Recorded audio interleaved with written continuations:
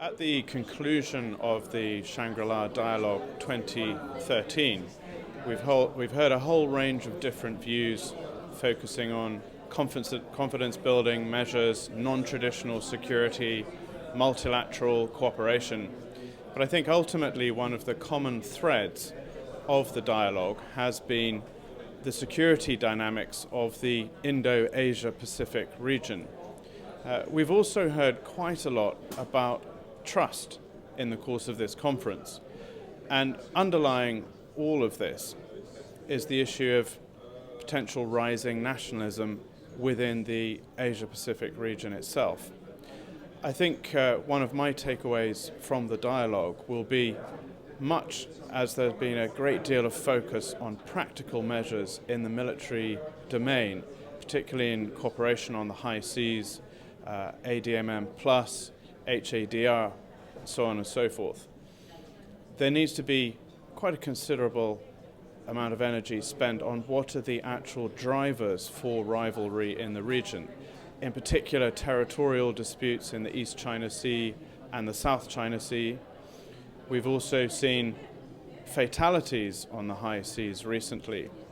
So whilst there is a focus on non-traditional security issues, the Shangri-La Dialogue 2013 has actually addressed the issues of hard security and flashpoints in the region. Vietnamese Prime Minister Dung immediately addressed those issues in his keynote speech. And at the end of the dialogue, we've also heard about concrete measures to perhaps help allay fears of a confrontation in the region.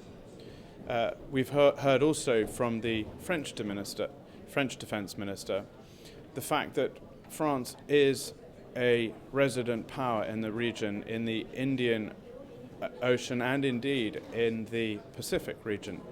And I think it's worth noting that there has been a considerable presence from Europe at the dialogue, not least with High Representative Baroness Ashton from the EU giving a plenary session speech.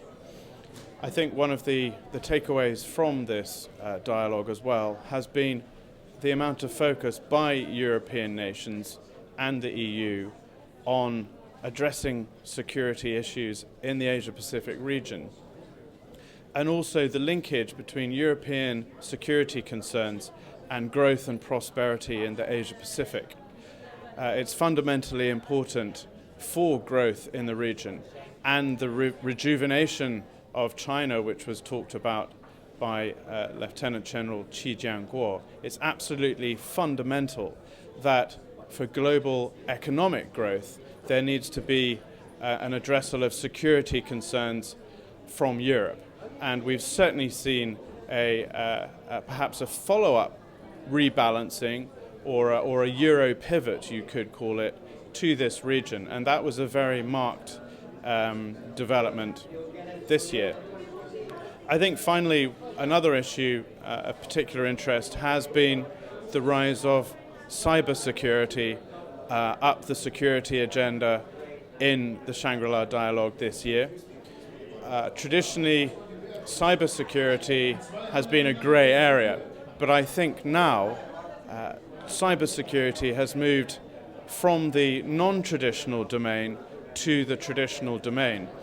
And I hope that in coming dialogues, cybersecurity, I'm sure, will be not only a controversial issue, but there will be an evolving set of measures to help tackle the problem, and particularly cooperation in cyberspace.